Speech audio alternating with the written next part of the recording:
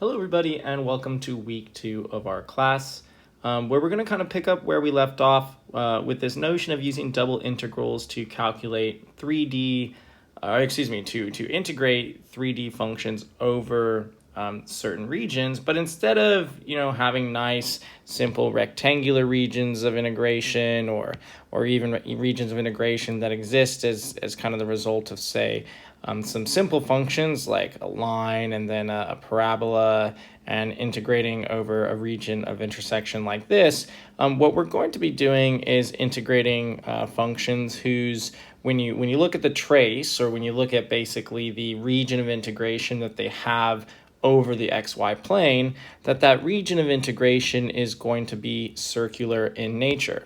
So, for example, let's say we have a function f of xy that is equal to 1 minus x squared minus y squared. Now, if you don't recognize that this is a paraboloid, there's a couple ways to do it. You could do traces. I always recommend to use traces to figure out what this looks like. As I keep reiterating in this class, it's super important to use traces to help us figure out what the heck this thing looks like. But you can use GeoGebra 3D to help us sketch this. But, for all intents and purposes, this is basically an upside down paraboloid. So I will try to roughly sketch it. It's kind of looks like this. This is a pretty bad drawing, but we'll roll with it because what we're interested in is the fact that this region of integration down here is circular in nature. Okay, that when you look at it from the top down, right? When you look at when z equals 0, and we basically keep an eye on it from the top down, we essentially get the equation 0 equals 1 minus x squared minus y squared, which can be rearranged to become x squared plus y squared equals 1. And that, of course, is the equation of the unit circle. It is a circle of radius 1 centered at the origin. And the question is, how do we integrate over this? Now, if you didn't watch my video, the review video on polar coordinates, I would strongly recommend that you go back and do that because I'm going to kind of just dive into it. In that video, we basically talked about how it's really complicated, not really complicated, but it can lead to more difficult math calculations if you try to trap this circular region, which I've drawn over here. If you try and say, since this is a circle of radius 1 centered at the origin, we know some of these points. And so if you try to say that x is trapped between -1 and 1, say, so that our region of integration is somewhere between here, if we don't limit the movement in the y direction, then we're going to allow too much region of integration, right? We have to trap the movement in the y direction. But the thing that we ran into trouble with, which it was, what do we trap y between? And we said that, you could, if you wanted to, rearrange the equation of the circle to become y squared equals, 1 minus x squared, and get y is equal to plus or minus the square root of 1 minus x squared, where the positive square root of 1 minus x squared is the top half of the circle, and the negative square root 1 minus x squared is the bottom half of the circle. And so you could, put negative square root 1 minus x squared, positive square root 1 minus x squared here, and create the double integral where you put in your x bounds from -1 to 1, you put in your y bounds, which go from negative square root 1 minus x squared to positive square root 1 minus x squared. And then what are we integrating to? Well, the distance, if we draw our little rectangular prism, is basically, length times width. So again, dy dx times the height, which is the z value, aka our function, aka, in this case, 1 minus x squared minus y squared, right? This is how we would set it up. But when you do this integral, and you're eventually going to get square roots of 1 minus x squared and minus square roots of 1 minus x squared in your integral. And last time we took a Calc 2 class and we had something like this in it. This required trigonometric substitution. It could potentially lead to inverse trig solutions, a whole bunch of nasty stuff. And again, while it may or may not be workable or terrible or good, there is a shortcut to do this. And so the shortcut, as alluded to in my review video, is to simply use polar coordinates to describe this region of integration. So instead of trying to trap this circle, instead of trying to trap it using these Cartesian coordinates, which lead to a whole bunch of messy mathematics, what we're going to do is we're basically going to, change our choice of coordinates, essentially, from using x, y. And what we're going to do is we're going to go to the land where r and theta live, okay? Basically, we're, polar coordinate land. We are going to use the parameterization that x is equal to r cosine theta and y is equal to r sine theta to basically allow us to, you can imagine that we're living in a world of x and y's, and we want to go to a world of r's and thetas to do our mathematics, because it turns out that the bounds and the calculations in that world is going to be a lot easier than if we stay in x's and y's. And so in order to do this, right, we need to basically describe this region of integration in terms of polar coordinates, okay? And so, what's the difference? What changes? Well, this rectangular prism, it turns out that if you, the idea is that the shape, right, if we're talking polar coordinates, if we experience like some small change in theta and some small change in our radius, the base of our little rectangular prism here, so basically this base right here, it's no longer a perfect square. It's kind of like this slightly skewed square, okay? And again, this is using the polar coordinates r and theta to help us make this problem easier. So before, our rectangular prisms all had perfect squares. So if we were drawing these rectangular prisms, right, they would all have square bottoms, but they don't anymore. They have this kind of curved business here. So we'll get to that in a second, but for now, we're just going to say, all right, imagine that our rectangular prisms all have a bottom like this, okay?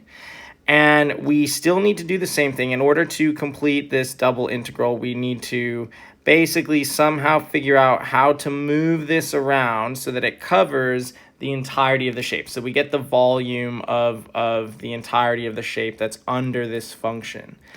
And so the way that we do that is, we only have two variables now, just like before, but instead of trapping x's and y's, we're going to be trapping r's and thetas. And so it turns out, if I have one rectangular prism, I need to move it around. Well, in x's and y land, we would move it around left and right and up and down. But when we're talking about r and thetas, we're talking about the radius, which can only really be, expanded or shrunk in that direction. And then we're talking about changing the angle, which causes movement like this. And so hopefully you can imagine that for a circle with radius 1, we would let the radius go from 0. We would let r go from 0 to 1, because that allows me to move this box, right? It says basically create, right, calculate the volume of all these little tiny rectangular prisms, and we're doing it along this very specific path. And so, right, we get our little kind of curved wall like we did before, right? And so there's our very infinitely skinny little tiny piece of volume that we got before. And it exists over this path where we've let r go from 0 to 1. And just like before, that's not enough for us to get the total volume of the shape. We need to let theta go from 0 to 2 pi. That way it allows us to move this shape all the way around. And it's going to sweep out this entire circular region of integration, okay? And so, right, so what's happened so far? So we saw that if we left it in terms of x and y's, right? If we left it in terms of x and y's, our x bound could have been, we could have chosen to let x go from -1 to 1. We could have let y go from negative square root 1 minus x squared to positive square root 1 minus x squared.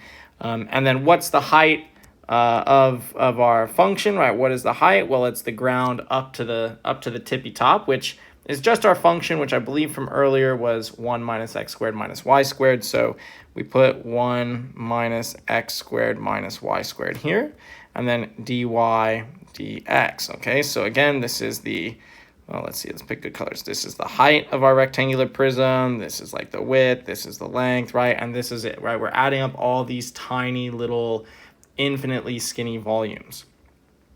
Now this is if we stay in x and y land, right? If we do all this work in x and y land. But what if we go to r and theta land, right? What does this double integral become? Well, the double integral would become the double integral of, well, r goes from 0 to 1, okay? And then let's see, theta goes, here, maybe I'll use the same color. So r goes from 0 to 1.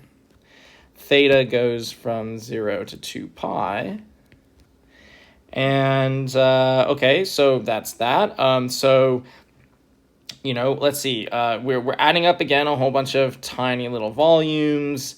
And tiny volumes, those things, that's height times, like, so again, so remember that our rectangular prisms, they kind of, here's the base of it, right? And they all look like this, right? These infinitely skinny little rectangular prisms that we're adding up the volumes of, right? So another way of saying adding up all these tiny volumes would be like saying the height multiplied by, you know, the length and the width. But the length and the width here, we could just call this right here the area, right? Or since this is a really tiny area, right? Instead of calling it dx, dy, or whatever, we could call it dA. And so, you know, why am I having us do this? Because, you know, in polar coordinates, when we're talking about, you know, what goes here, it can be easy to think, okay, the height, which is just the function, right? 1 minus x squared minus y squared, but it's not dx and dy that go here, right? It's not dx and dy because we're no longer in terms of x and y. We have bounds in terms of r and theta. But before we just kind of write those in, I'm simply just going to write dA here for now, okay? So this is important. This is like a new concept, a new notation, where this is the height of the function. This right here is the length times width, which I've just disguised as dA. Basically, you know, the area of the bottom of this rectangular prism multiplied by the height. Okay. Now you may be wondering, Dylan, why are you not just calling it dr d theta? And that's because if we go back to this circle, remember I told you earlier that the shape, the base of our rectangular prism, is no longer actually like a perfect rectangle. It's like this kind of weird, kind of oblong shape. So in x and y land, if we were just doing this in x and y, we would just draw this. This would be dx, this would be dy, and the area, our dA, in x and y land would just be dx times dy or dy times dx. But since we are in polar coordinates now, you know, what is the measurement of this side and what is the measurement of this side, right? Like what are these measurements? What is our length and what is our width? Well, this side right here is like a small change in our radius. That right there is dr. Okay, that says, you know, you're at some radius here, and we extend it a little bit in this direction. We shift in that direction just a smidgen to get our new larger radius. So we can say the gap between them is dr. Okay, that kind of makes sense.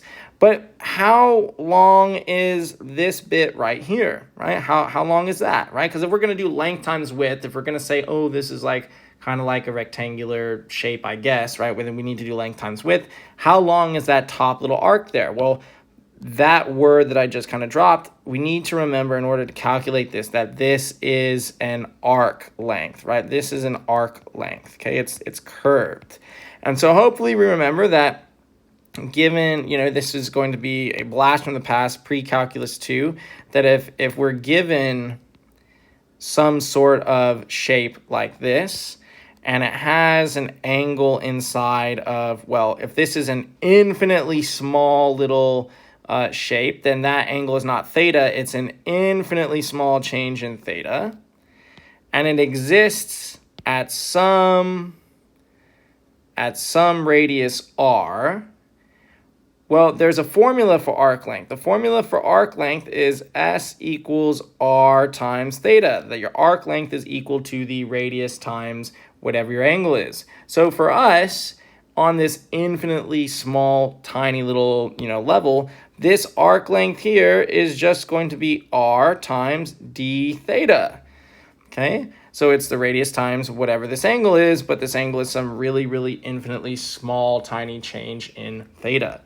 So how does this play in the bigger picture? Well, before our dA, our basically our change in our area, basically the bottom of our rectangular prism was just dx dy, or dy dx, right? Length times width. But now our length times width is not just dx times dy. What it actually is, what this dA actually is now this little r times d theta times dr, right? So, right, we can think of this as this right here is our length. This right here is our width, because the bottom of this rectangular prism that we're actually drawing, right? On an infinitely small scale, it's pretty much a little small rectangle, but it has a width of dr, a change in radius, and a length of r d theta to get an area, to get that our dA is equal to r times d theta times dr. And in the textbook, they affectionately, they kind of use r times dr d theta. It kind of rolls off the tongue a little bit, but you can write it whichever way you want. It just needs to match the way that you put the bounds. So for us, let's see, because I have my theta bounds here and then my r bounds here, I have it written correctly here that d theta is going to be up to bat first, and then dr comes second.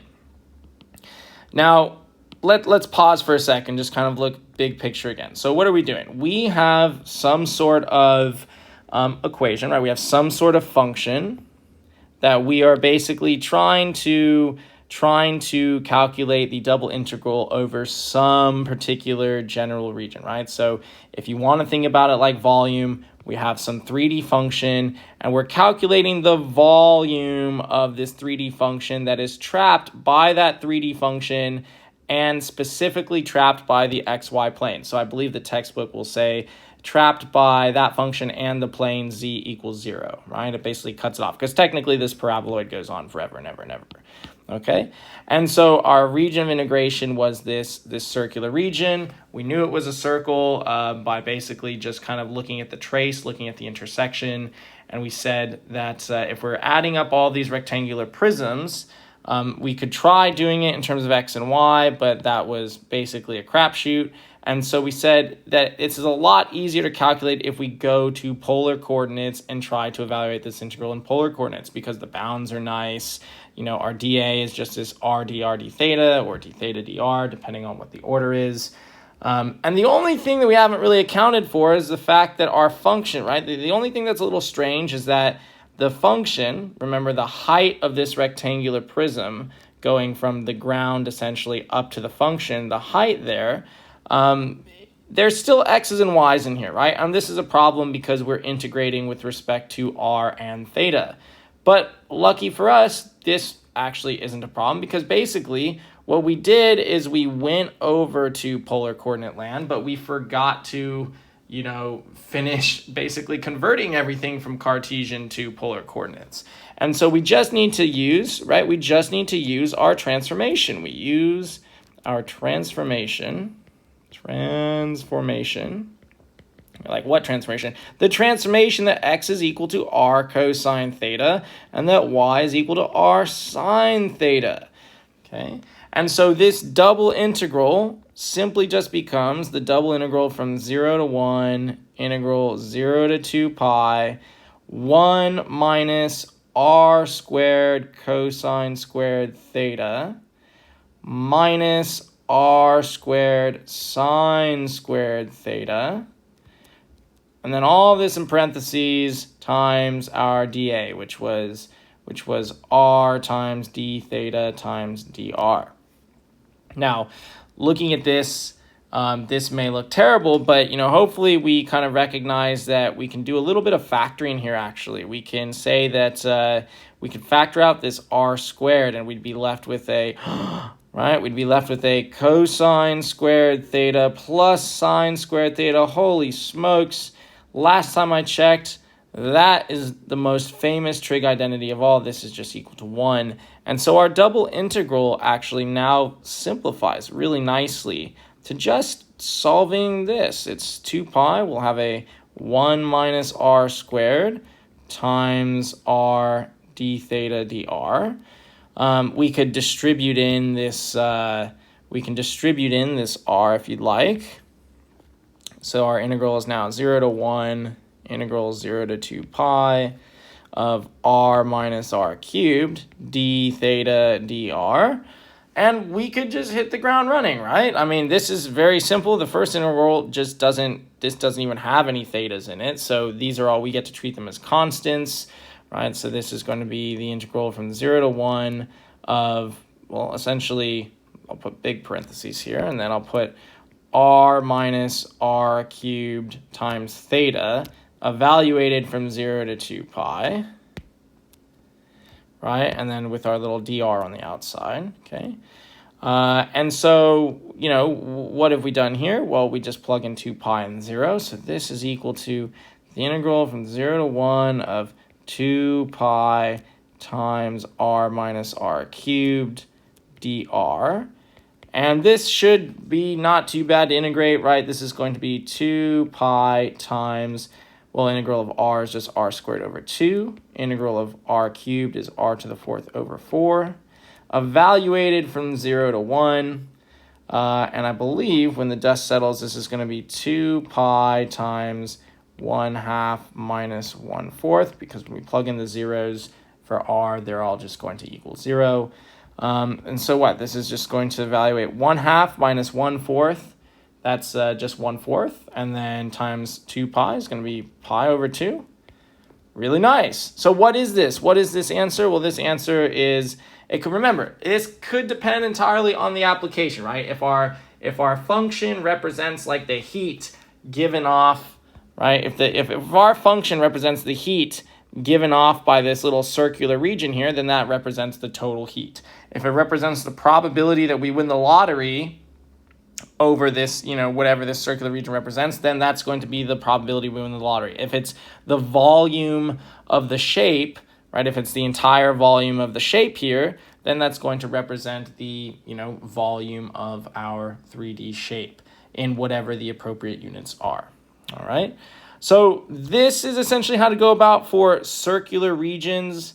Every time, I'd say the most important takeaway is the fact that when you decide to go from Cartesian coordinates, x's and y's, to polar coordinates, right, in order to go and make this change, the generic, well, maybe I'll write it over here, the way you do it is when you're doing a double integral and your bounds are from, x and y, but you have a function in terms of x and y, and then dA, right? Then in order to go over to polar coordinates, we're going to have another double integral where our bounds are in terms of r and theta. Now our function is going to be in terms of r and theta, right? We let x be r cosine theta and y is equal to r sine theta. And our dA, the only thing that's changed is that our dA is now an r times dr d theta, or d theta dr, depending on which order that you want to do it. But the important thing here is that this r pops out. That's super duper important. Okay, and that's pretty much it. I think maybe the only other question that students usually have is they say, how come in this step right here, when you plugged in r cosine for x and r sine for y, how come you didn't put in any constants for r, right? Don't we know that the radius is just 1? And you have to remember that our region of integration is circular, and that we have these rectangular prisms that we're trying to move around left and right and up and down. And if you were to plug in and just say that instead of using